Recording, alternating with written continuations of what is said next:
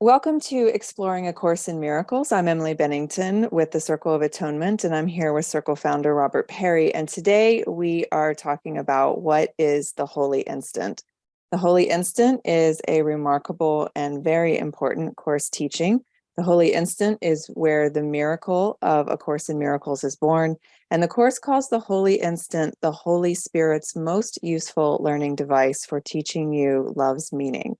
That is some very lofty praise. And so the Holy Instant is something every course student should be familiar with. And we are very much looking forward to diving into this subject today. Robert, let's just begin with a definition. For those who are new course students and unfamiliar with the term Holy Instant, or for those students who just need a refresher, what is it? Okay, well, perhaps the most compact definition is one we have in the glossary in the back of the CE, the complete and annotated edition. And here's what it says. A moment in which we set aside the past and the ego and enter into, quote, another state of mind, in which we remember love and experience the miracle. So we're basically stepping out of our current mindset into an experience of what's real. We are so chained to the past, aren't we? We are always allowing what happened in the past to cloud our view of the present and how we behave from there. And I love the definition in the course of a holy instant as an out of pattern time interval. And I was just thinking about this earlier and like what that means. So out of pattern is obviously free from past patterns, and time interval is like an interval means that it's situated between two things. And so when we think about a holy instant as an out of pattern time interval, it's just that moment where we're free from the past patterns of the ego and we're remembering love and the miracle of God. We just have that moment where, as the Course says, all we see is truth. And it's such a beautiful idea. Yeah, you had a great idea to do something that I have never done, which is look up the word interval. I mean, English is my native tongue. I didn't feel the need, but when you looked it up, it was really interesting because it's like a pause oftentimes between two other things. Like an interval can be an interval where like the artillery in a war stops for a bit before it resumes again. And so you get the sense of this pause where the normal pattern has ceased and there's this moment. Well, I learned that trick from you and just kind of giving it back to you. Then when I looked up interval, which you hadn't done, then you started looking up interval in the course and you realized what an important term that is and how he uses it throughout. That's a topic for another podcast, but he's just so intentional with how he uses Yeah. language. And you can see that sense of, I just thought interval as a moment of time, but you can see him It's a using it space in this more, between. the space between. And so there's a couple references to interval between in the Mm-hmm. course. So anyway, Mm-hmm. that's just a total aside. So in the introduction, I read some quotes from the Course about the Holy Instant. I mentioned the one where the Course says the Holy Instant is the Holy Spirit's most useful learning device for teaching you love's meaning. The Course also calls, as I just mentioned, the Holy Instant a moment where, quote, everything is gone except the truth. And these are just it's just such a remarkable idea. And this is just but a few of the quotes in the course that speak to just how basic the holy instant is to the path of the course itself. So let's talk about that. Yeah, I mean, it really is a basic part of the course's path. The need for it, given the course's overall teaching, I think is really apparent because what we do is we lay down certain patterns, thought patterns, behavioral patterns, emotional patterns, and then we carry those into each new moment and we just continue the past stuff. We just repeat our old state of mind. And so the whole point of the course is to get us out of that.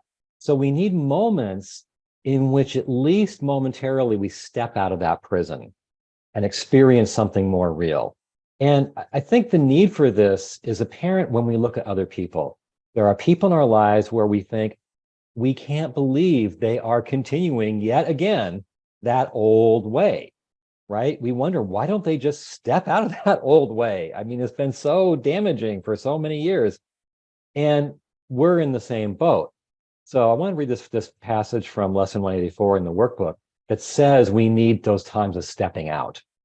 It says, thus, what you need are intervals each day in which the learning of the world becomes a transitory phase, a prison house from which you go into the sunlight and forget the darkness. So there's that sense of interval. It's like it's in between these times when you're like in the prison house of the world's learning.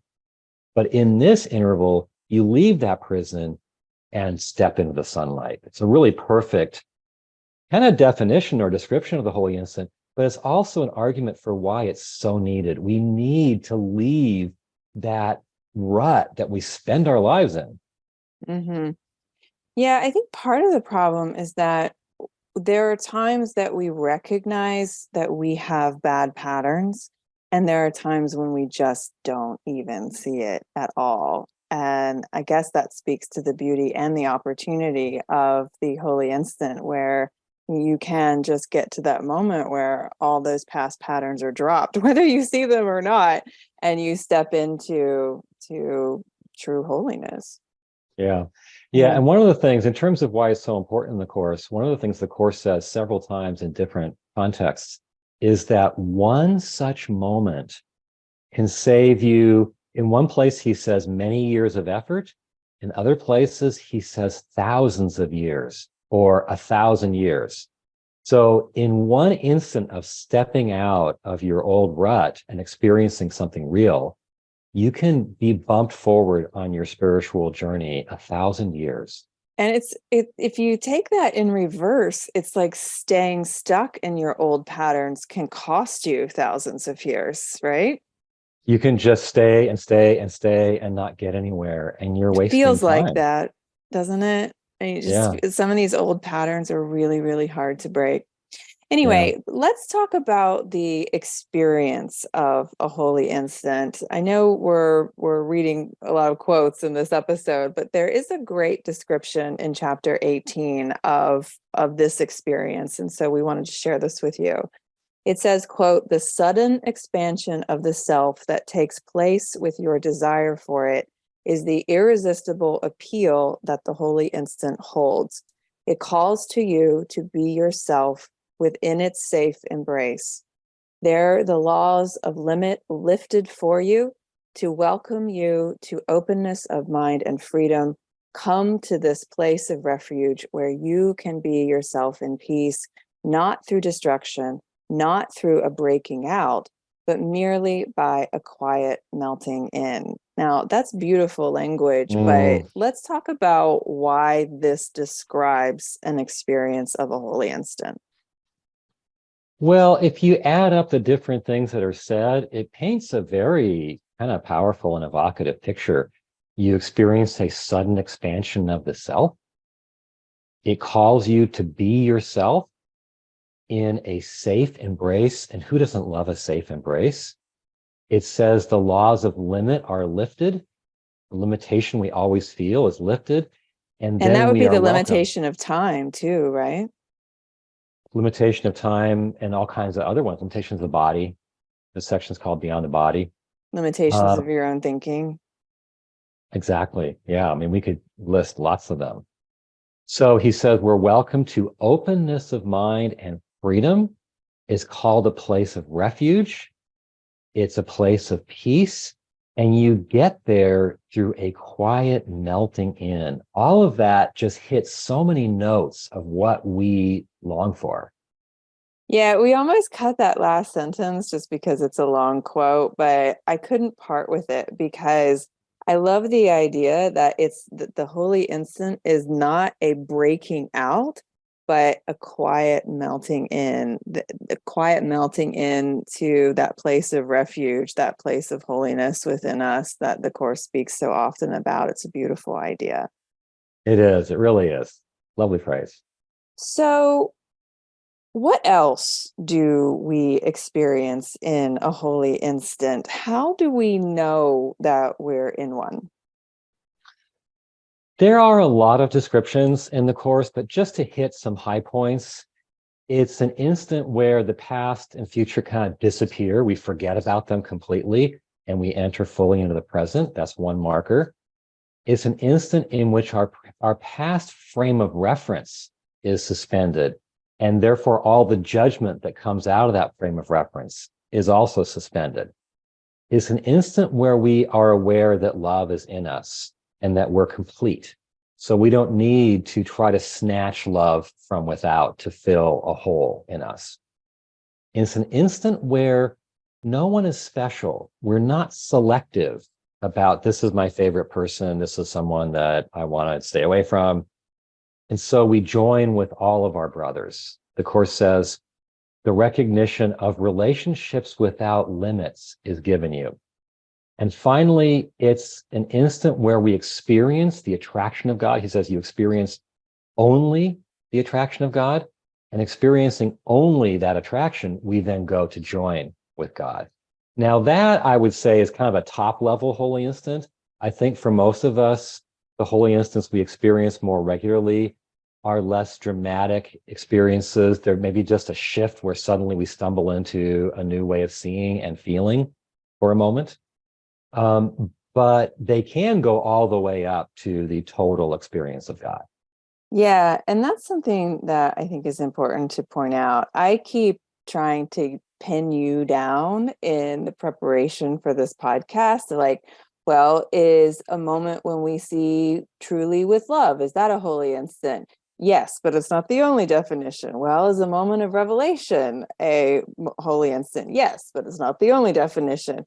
Well, is a moment when we look past someone's errors and see the invisible divine reality in them, the truth of who they are, a holy instant? Yes, but it's not the only one. So there's a real range of what a holy instant is, from just a shift in perception from fear to love, all the way up to revelation, where we have that mystical experience of direct union with God. So it's a very, very wide range of things that could be called a holy instant, but what they all have in common is what? You are leaving your normal frame of reference rooted in the past. You're entering fully into the present, and there you touch something that's truly real. And that can just be the reality of the present moment, which is the only time there really is. It can be the reality of another person, reality of God. There's a lot of choices for what is that real thing that you touch. Yeah, that's why I love that language. Everything is gone except the truth. Like in that instant, in that moment of time, you're free from the past, and the only thing that you're seeing is the truth. Yeah, that's a great Yeah, line. beautiful idea. Okay, so you have said that one of the best images of the benefits of a holy instant is in the section, I Need Do Nothing. This is a very beloved section of the course. There's a lovely passage that describes these benefits. So I'm going to read it and then we can talk about it. So in I Need Do Nothing, it says, to do nothing is to rest and make a place within you where the activity of the body ceases to demand attention. Into this place, the Holy Spirit comes and there abides. He will remain when you forget, and the body's activities return to occupy your conscious mind. That there will always be this place of rest to which you can return, and you will be more aware of the quiet center of the storm than all its raging activity. This quiet center, in which you do nothing, will remain with you, giving you rest in the midst of every busy doing on which you are sent. For from this center will you be directed how to use the body sinlessly. Now, who doesn't want that? But let's talk about why this passage outlines the benefits of a holy instant. Yeah, there's so much here. I was telling you that I read this for years again and again without having any real appreciation of what it was saying. So he's talking about, first of all, the setup for this, he's talking about our behavior in earlier paragraphs being totally about like making sure our body is comfortable and safe and is experiencing pleasure. Okay, so we have behavior that's very self-oriented, very body-oriented. Then he talks about we enter a holy instant. And he says how? We rest and make a place within us where the activity of the body ceases to demand attention. So we forget about the body, we forget about past and future. And in this place of rest, the Holy Spirit enters and we have a holy instant. And then, of course, we inevitably leave that altered state, right? But while our consciousness leaves it, that place in us where the Holy Spirit is abiding or entered and is now abiding is still there. And that quiet center becomes the source of a new story of our lives. So in this story, we are now directed from that quiet center, like the eye of the hurricane, to go out into the storm and be of service. We're sent on many busy doings. Doesn't sound like I need do nothing. But the key is that while we're out in the storm serving, we are even more aware of the quiet center within us while we're out in the storm. Okay. And so we're resting in the quiet center while we're busy in the storm. And what's happened is because of that one holy instant and the presence of the quiet center that it grounded in us, we now have a whole different way of being in the world. No longer is it about our body is comfort and pleasure and safety. It's about, as he says here, using the body sinlessly to go out in the storm and be Yeah, helpful. and that's coming back to that idea of the melting in.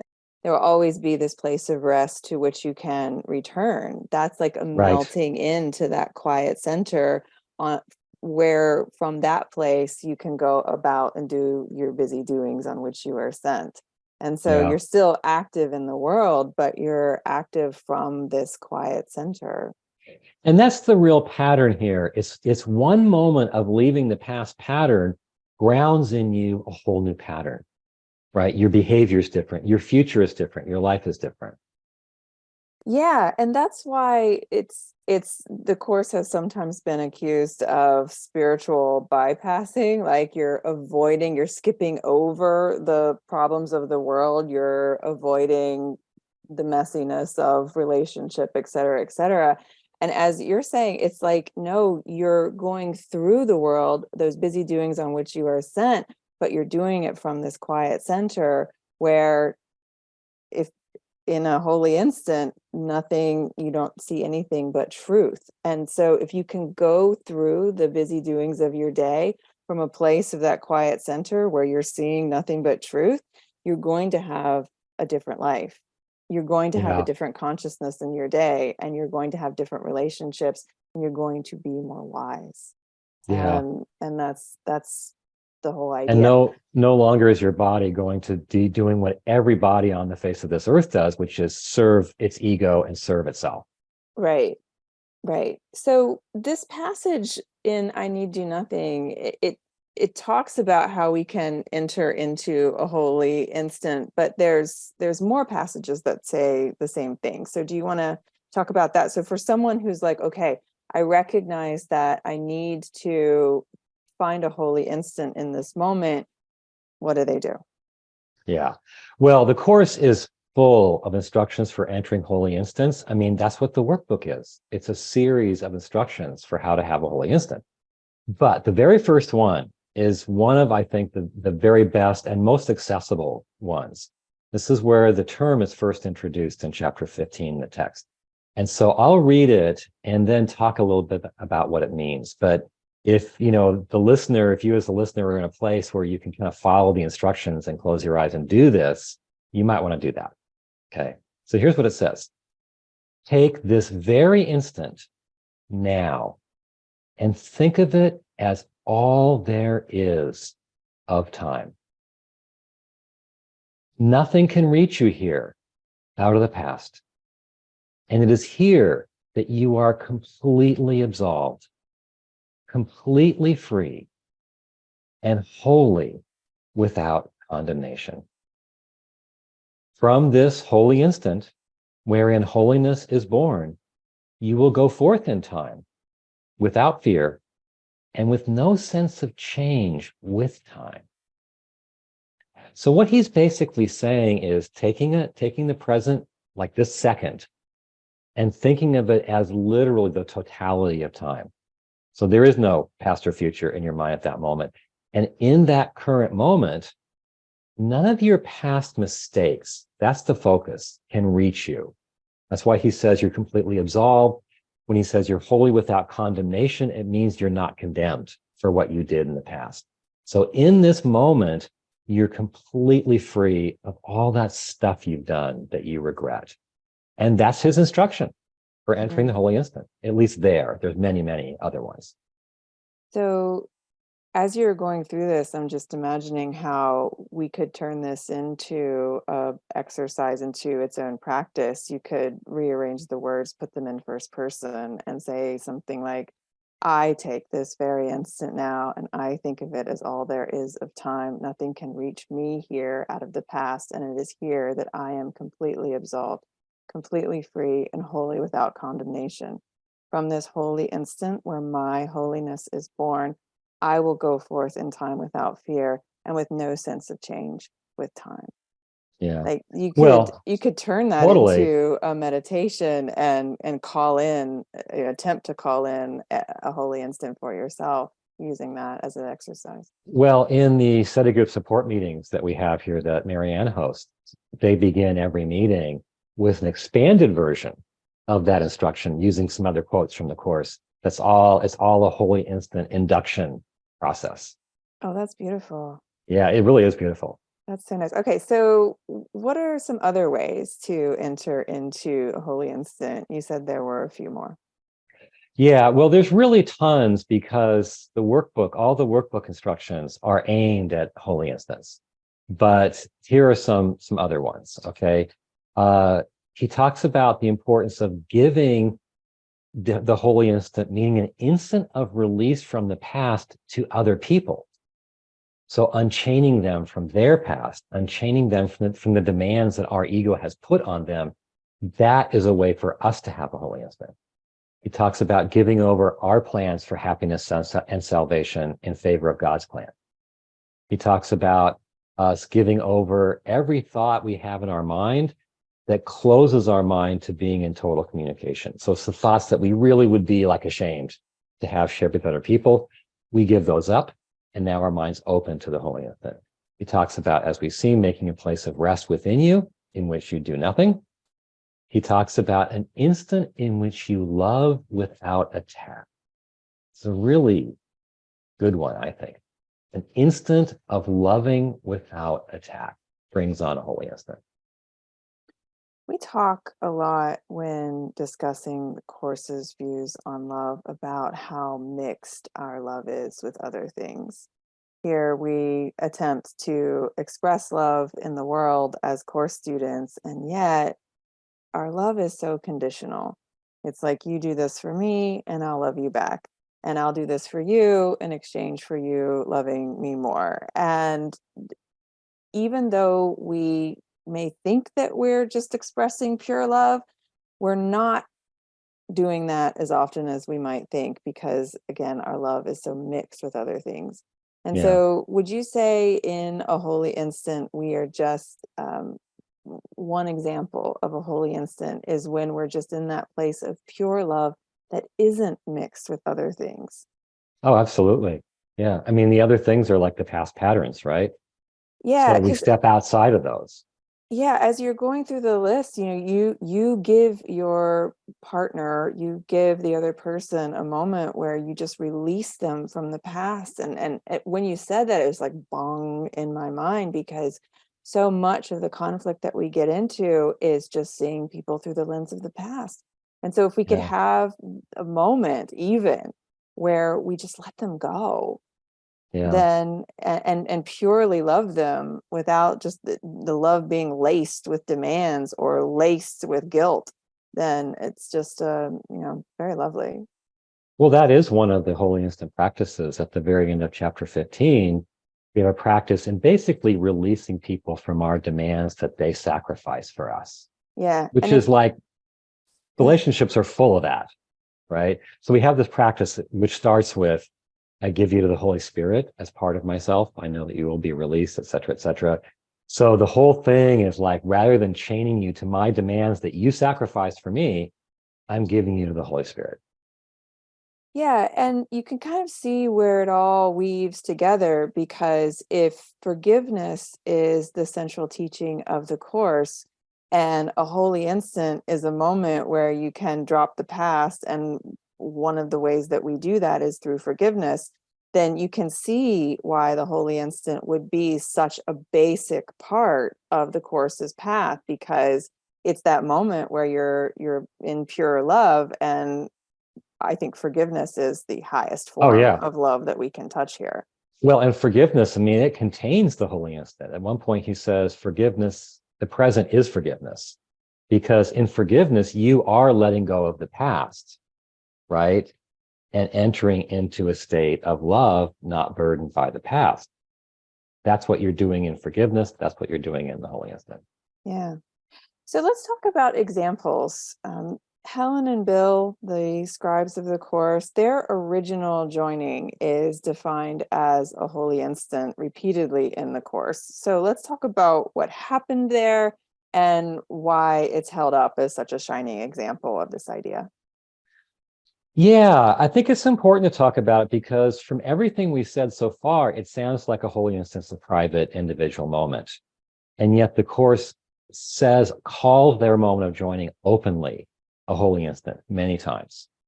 What happened was, as I think many of us know, in 1965, after 7 years of conflict in their relationship, in their department, so on, Bill made this speech to Helen in which he said, there must be another way. There must be a way in which people can just get along, live in harmony. And Helen said, yes, and I'll help you find it. And what they were doing was leaving the past behind, leaving the past patterns that gave rise to all the conflict, leaving the past between them that would say they don't join on a common goal, like finding another way. Uh, Leaving all of that behind and just joining in the present in the goal, which means in a new future. And so we may think like meditation is the supreme way to have a holy instant, and obviously is one of the main ways, but conversation can be a great trigger for a holy instant, for an interpersonal holy instant. Yeah, so if it's true, we do tend to describe and think of holy instance as that moment where we step out of the past and go into that out of pattern time interval.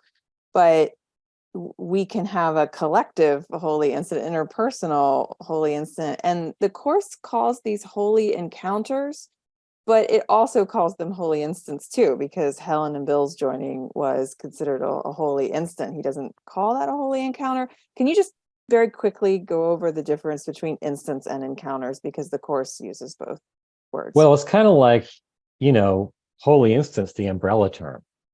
You know, it's like you have human beings, and Emily's one human being, I'm another human being. You have holy instance, and there are like individual holy instance, and there are shared holy instance, which in a few places he calls holy encounters. So a holy encounter is a species of the genus of whole, you know, the larger term of holy instance.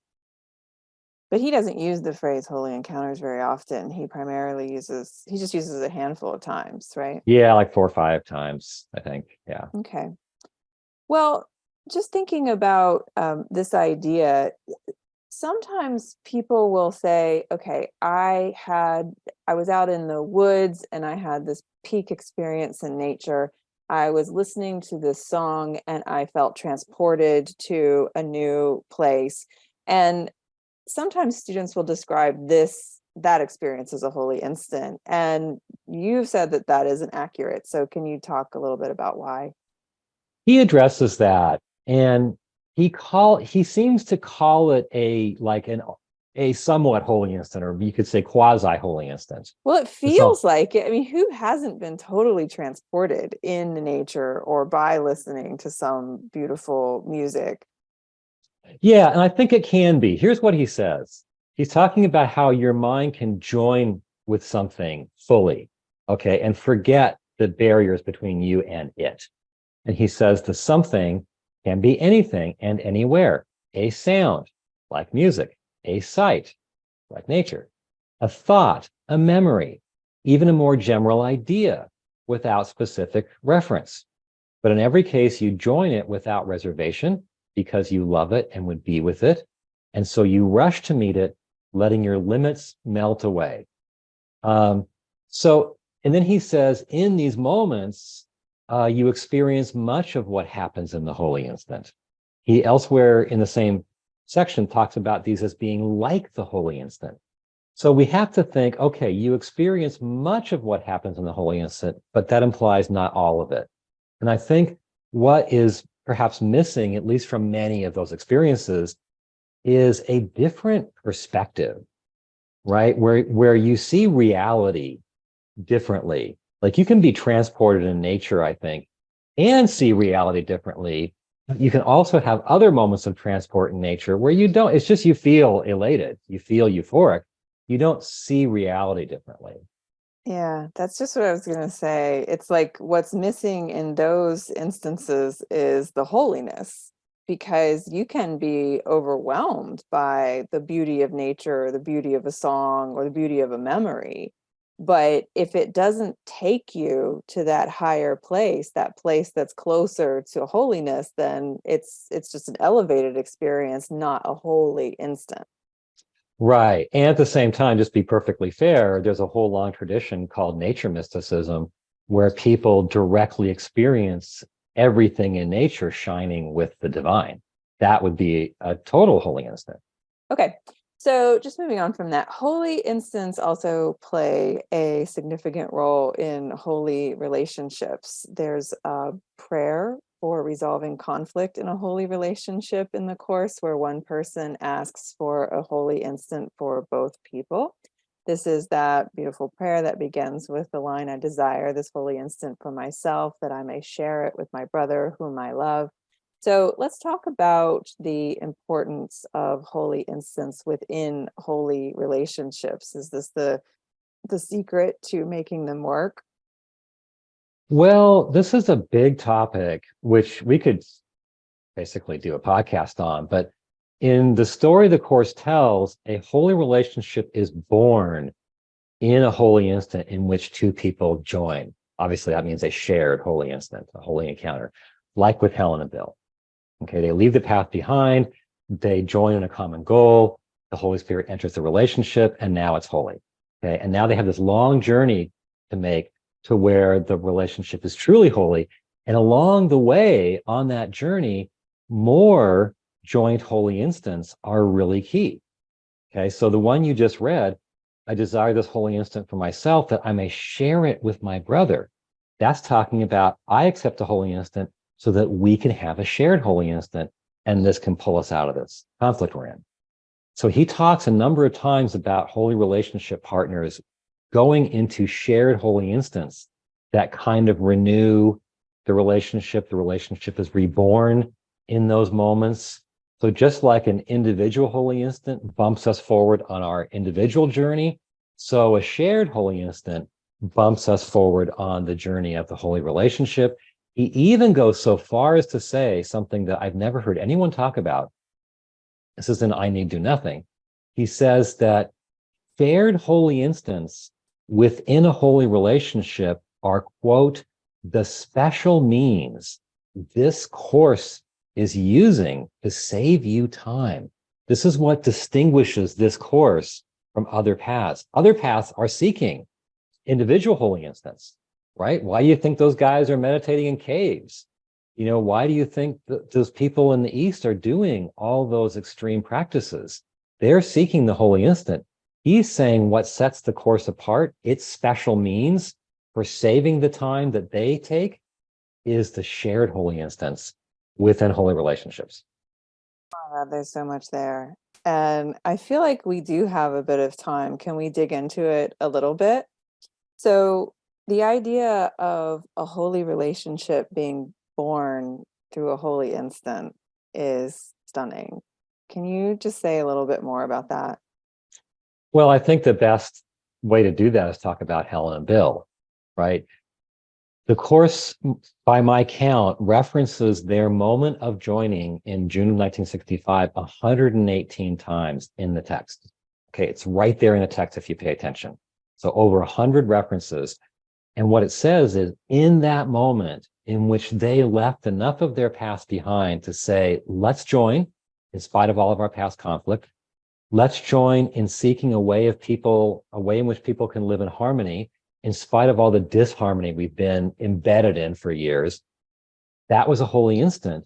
And that's what established their relationship as holy. That invited the Holy Spirit into their relationship and sent them down a new path on a new journey. Is that moment something that two people tend to remember, that they say that was the moment of our joining and what an amazing thing that was? Or is it something that just occasion that happens and they are not even fully aware of what happened in that moment?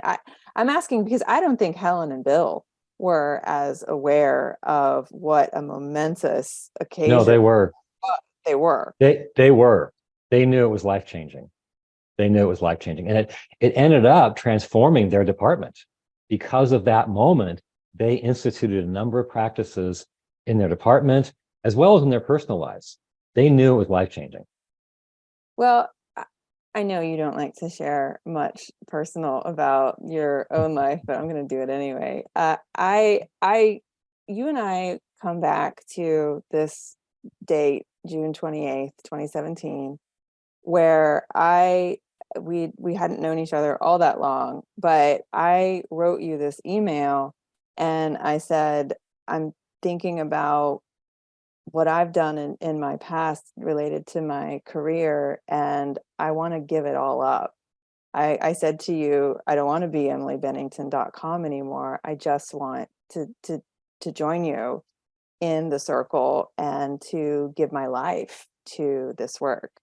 And when you got it, you sent me a response that said, I feel like I don't have words to respond to this.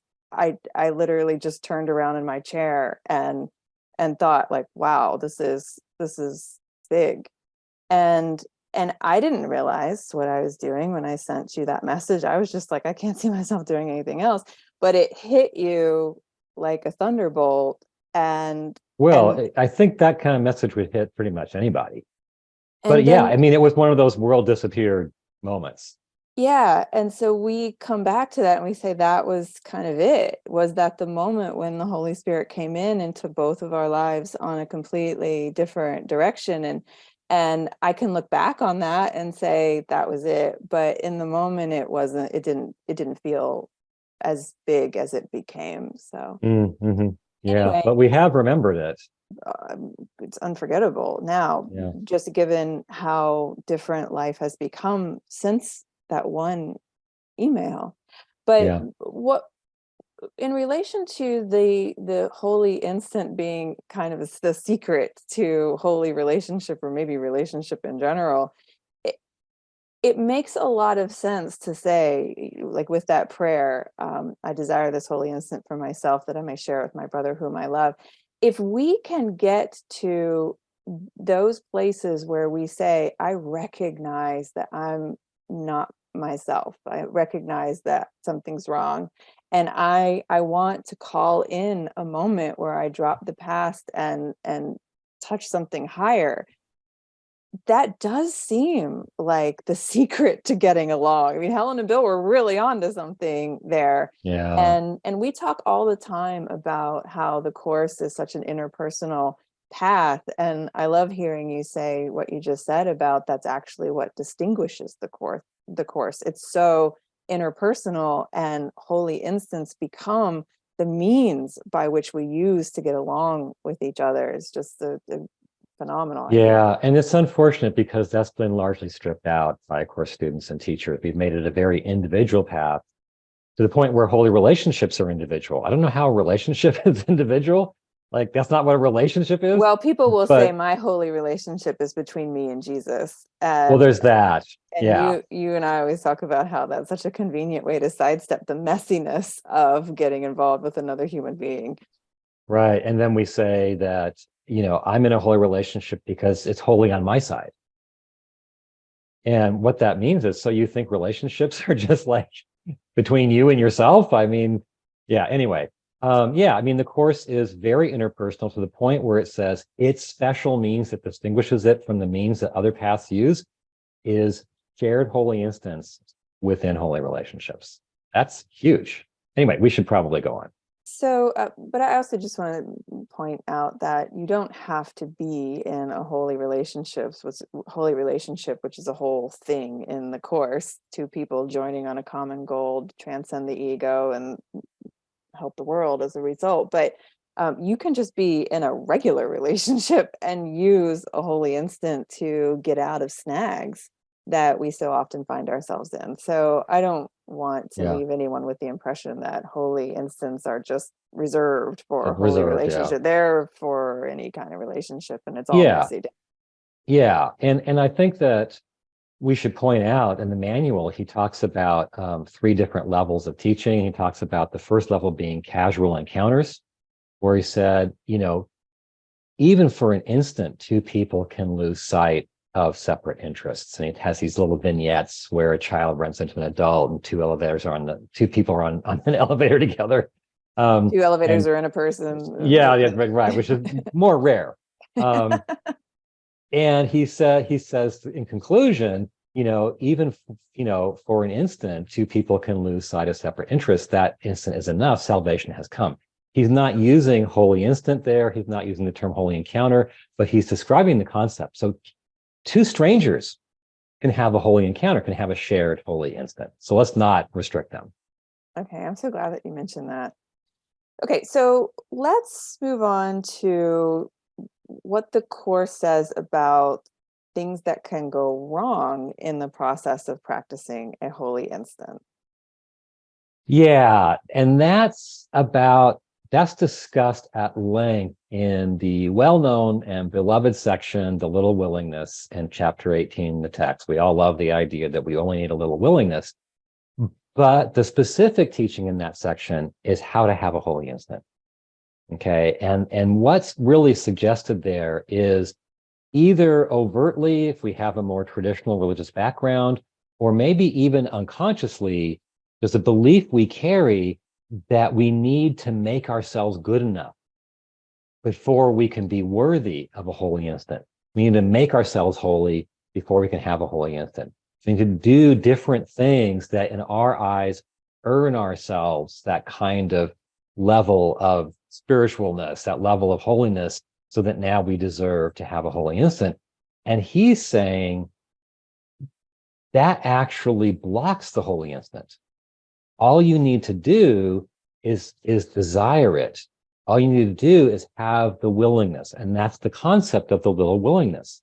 It's be willing for the holy instant to come to you. And so what he's saying is, to the extent you engage in religious practices so that you can either consciously or unconsciously try to earn enough goodness and holiness to make you worthy of a holy instant, to that same extent, he says you will have one. It will just take you longer than if you just said, all I need is the desire for it and the willingness to have it. And at the end of that section, he gives another practice for having a holy instant. And it's a practice that affirms that I need not make myself worthy for it. I forget the exact language. Yeah, I love how he covers both sides. It's like if you feel like you need to go through all this energy and effort to make yourself holy, knock yourself out, it'll work, but you don't have to. You already are holy, and that's what you're drawing upon. And I feel like so often in contemporary spirituality, or just really spirituality in general, we hold up an ideal of people who can flip into other states, who can flip into spiritual states, higher states. And what I love about this idea is it's so accessible to everyone. Again, you don't have to make yourself holy. You just have to call it in, melt in, as Hmm. we were saying before. So we don't have to get puffed up about our ability to have that out of pattern time interval, to have that heightened spiritual state. And we don't have to revere other people who are able to do this, because it's so accessible to all of us. Yeah, I think we need to give like a picture that's completely fair to both sides here.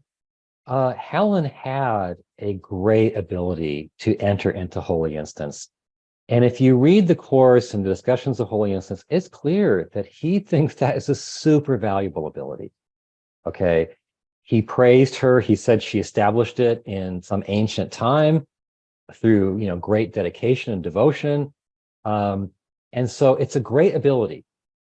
But the holy instants that you have are not the same as being spiritually developed or spiritually advanced. And your ability to have them is not the same as being spiritually advanced. They are a means to an end. And so they are one really important means to the goal of spiritual development, spiritual awakening.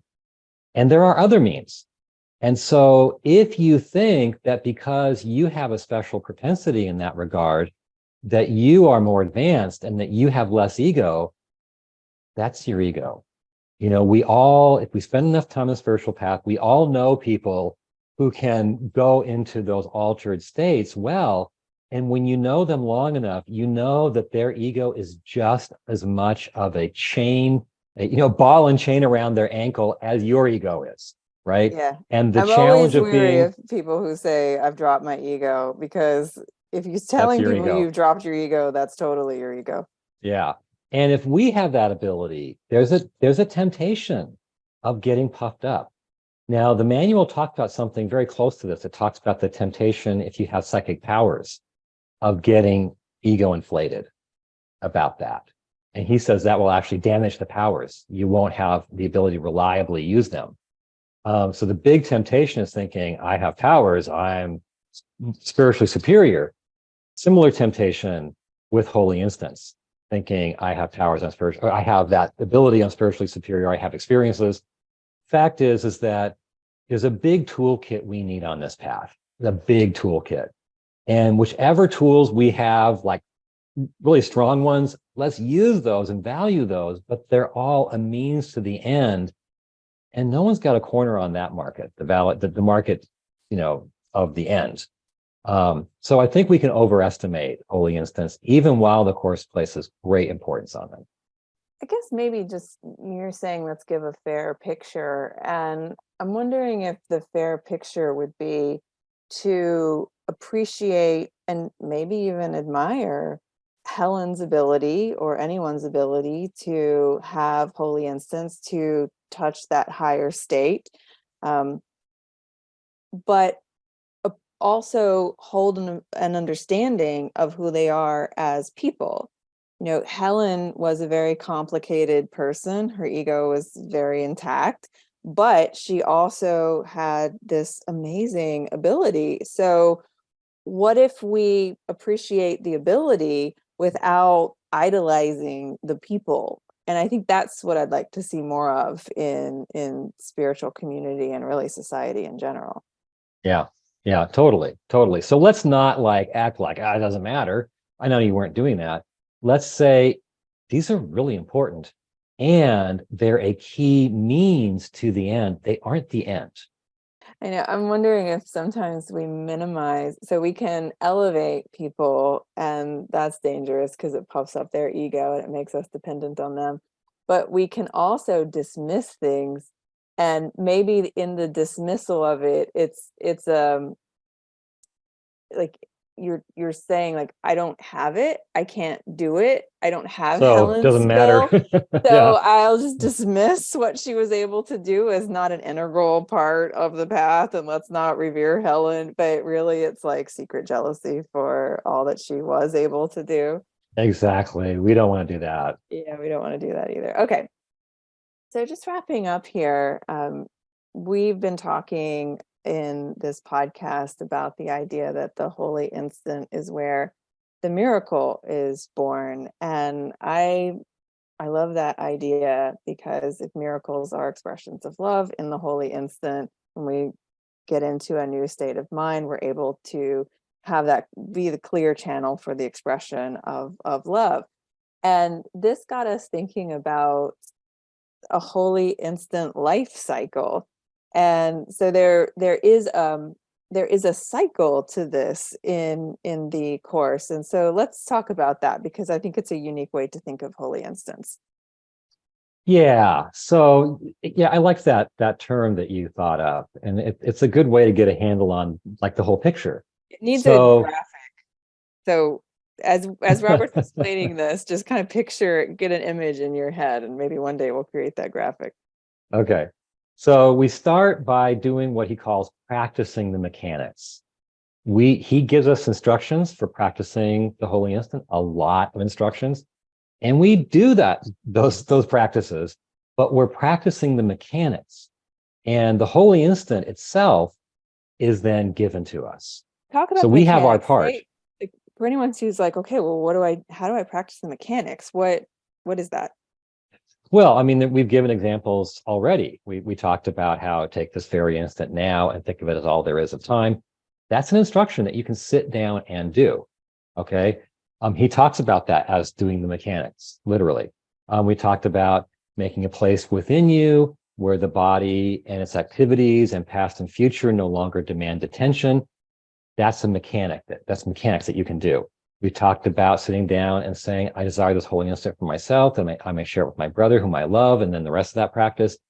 All of that, along with all the workbook exercises, those are all practicing the mechanics.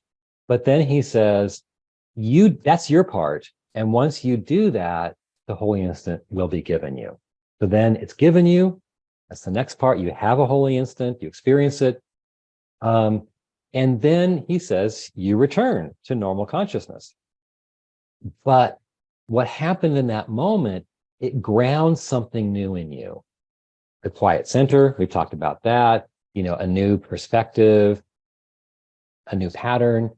And then that new thing becomes the next step, the basis for a new future. So he talks about, and the miracle and the holy instant are often talked about almost in the exact same terms. So he talks about where the point of a miracle is to let go of the past in the present and release the future. So a new future comes out of that one moment. And then also in that new future, we talked about a new behavioral pattern. It's not all about getting for your body. It's about serving your brothers. He also says that from that holy instant, miracles go forth into the world. And I think there's two ways in which they go forth. One is that new behavioral pattern on your part. You go out and you give expressions of love. But another way is the miracle goes out directly, mind to mind. So from your mind, something happens that no one can see that, as he says in the text, produces undreamed of changes in situations that you'll never be aware of. So as you're talking, I'm thinking, okay, maybe it's not so much a cycle because a cycle implies a circle as it is a linear progression. So we practice the mechanics of a holy instant. We experience the holy instant. This puts us into a new state where we have a new perspective, and then that becomes the basis of a whole new future.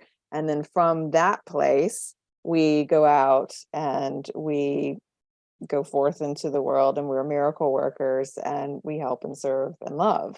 And so it feels like maybe it could be a cycle, but it also feels like more of that progression. And I love how clear it is. Like there really is a step-by-step process there that the course doesn't outline as step-by-step, but when you think about all that it says about the holy instant, those steps become clear. And he always has that timeline in mind, where you leave the past, you enter this present moment in which there's something new, and then a new future happens. First of all, I have to say it's kind of funny that you're like, picture this cycle while we talk, and you're like, Oh, but wait, it's not a cycle. That was kind of funny. But I feel like what he's imagining is a timeline in which there's a holy instant. Okay, we leave the past behind, a new pattern is grounded, a new future emerges. And then as we go through that new future, that happens again. And each time it happens, ideally, we're leaving more of the past behind.